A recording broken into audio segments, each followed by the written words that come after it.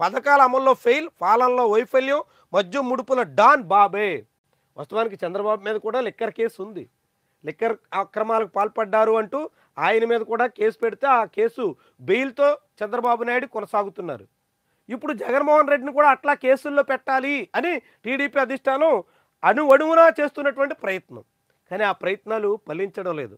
జగన్మోహన్ రెడ్డిని ఏదో రకంగా అరెస్ట్ చేయాలి అని టీడీపీలోని ఒక సెక్షన్ బలమైనటువంటి ఆలోచన. కానీ అది బాబు వల్ల అవుతుందా లేదా అనేటువంటి ఆందోళన. మరి ఏం చేయగలుగుతారు? నిన్న జగన్మోహన్ రెడ్డి సవాల్ విసిరారు.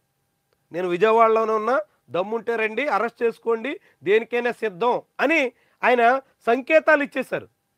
మరి చంద్రబాబు ప్రభుత్వం సిద్ధం కాగలదా? అరెస్ట్ చేయగలదా? అరెస్ట్ చేయాలంటే అనేక అడ్డంకులు ఉన్నాయి చంద్రబాబుకి.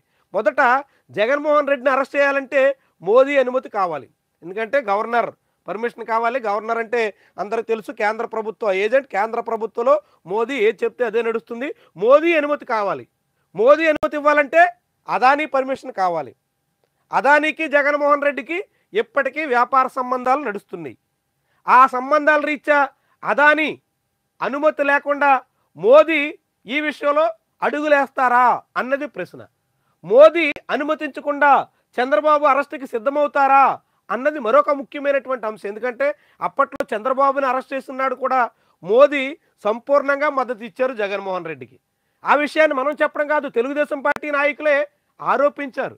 మోదీ అండదండలతోనే జగన్మోహన్ రెడ్డి రెచ్చిపోయారు అని తెలుగుదేశం పార్టీ నాయకులు చాలామంది కామెంట్ చేశారు.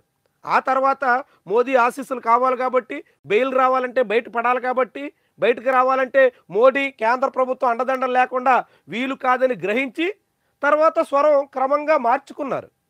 ఆ తర్వాత నేరుగా బీజేపీతోనే పొత్తు పెట్టుకుని ఎన్నికల్లో పోటీ చేశారు కాబట్టి ఇప్పుడు ఆ అంశమే మాట్లాడట్లేదు. కానీ చంద్రబాబు అరెస్టులో మోదీ అనుమతి ఉన్నట్టే ఇప్పుడు జగన్మోహన్ రెడ్డిని అరెస్ట్ చేయాలంటే మోదీ అనుమతి కావాలి. మోదీ అనుమతి కావాలంటే అదానీ అందుకు సిద్ధం అవ్వాలి. ఇదంతా జరిగే పనేనా? అదానీ అనుమతి లేకుండా మోదీ అడుగులేస్తే, మోదీ అనుమతి లేకుండా చంద్రబాబు అడుగులేస్తే ఏమవుతుంది? ఎలాంటి పరిణామాలు ఉంటాయి? ఇవన్నీ చాలా చాలా దేశంలో కార్పొరేట్ పొలిటికల్ ఒకటిగా మారిపోయినటువంటి క్రోనీ క్యాపిటలిజం దశలో అనేక రకాల అంశాలు ముడిపడి ఉన్నటువంటి వ్యవహారం. కాబట్టి ఇది తెలుగుదేశం అలాంటి అడుగులు వేయగలుగుతుందా? వేయలేదనేటువంటి ధీమాతోనే నిన్న జగన్మోహన్ రెడ్డి సవాల్ విసిరే స్థాయికి వచ్చారా?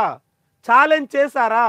వాస్తవానికి లిక్కర్ అది చంద్రబాబు నాయుడు గవర్నమెంట్ కావచ్చు, ఆ తర్వాత జగన్ ప్రభుత్వం కావచ్చు, ఇప్పుడు మళ్ళీ కూటమి పాలన కావచ్చు, ఎవ్వరు అధికారంలో ఉన్న లిక్కర్లో దందా చాలా చాలా యథేచ్ఛగా నడుస్తుందన్నది జగమెరిగిన సత్యం. లిక్కర్, శాండ్, మైన్ ఇలాంటి మాఫియాలే రాష్ట్రాన్ని శాసిస్తున్నాయి, రాష్ట్ర రాజకీయాల్ని నడిపిస్తున్నాయి అన్నది అందరూ అంగీకరించేటువంటి వాస్తవం.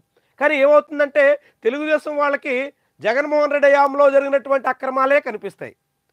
జగన్మోహన్ రెడ్డి అండకోకి తెలుగుదేశం పార్టీ చంద్రబాబు పాలనలో సాగుతున్నటువంటి దందాలే కనిపిస్తాయి. వాళ్ళు వీళ్ళు మా పాలనలో ఎటువంటి అక్రమాలు జరగలేదు అని చెప్పుకోవడానికి ప్రయత్నం చేస్తారు. కానీ వాస్తవానికి ఎప్పుడైనా ఎక్కడైనా గడిచిన కొన్నేళ్లుగా లిక్కర్ మాఫియా ఆశీస్సులతోనే రాజకీయాలు నడుస్తున్నాయి. ఇసుక మాఫియా ప్రభావం అంతకన్నా మించి పెరిగింది. మైనింగ్ మాఫియా ప్రభావం ఎన్నడూ కొనసాగుతుంది.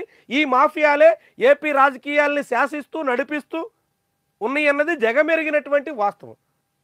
అందుకని ఇప్పుడు చంద్రబాబు నాయుడు ముందస్తు బెయిల్తో ఉన్న జగన్మోహన్ రెడ్డి నా మీద అరెస్ట్ చేసుకోండి, నా మీద కేసు పెట్టండి, దమ్ముంటే రండి, నేను ఒక్క ఫైల్ మీద అన్నా సంతకం పెట్టానా, లిక్కర్ మాఫియాకి సంబంధించి ఒక్క ఫైల్ అయినా సీఎంఓకి వచ్చిందా అంటూ ఛాలెంజ్ చేసి ఆధారాలు చూపించాలని చంద్రబాబుని ఆయన వార్నింగ్లు ఇస్తున్నారు.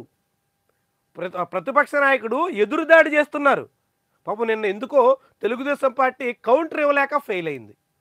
తెలుగుదేశం పార్టీ నిన్న జగన్మోహన్ రెడ్డి ఆధారాలతో లెక్కలతో ప్రభుత్వం మీద దాడి చేస్తే, అది అప్పుల నుంచి లిక్కర్ మాఫియా వరకు, అనేక అక్రమాల నుంచి అనేక దందాల వరకు అనేక అంశాలని ప్రస్తావిస్తే ఒక్క విషయానికి కూడా తెలుగుదేశం పార్టీ ప్రభుత్వ పెద్దలు సూటిగా స్పందించలేకపోయారు.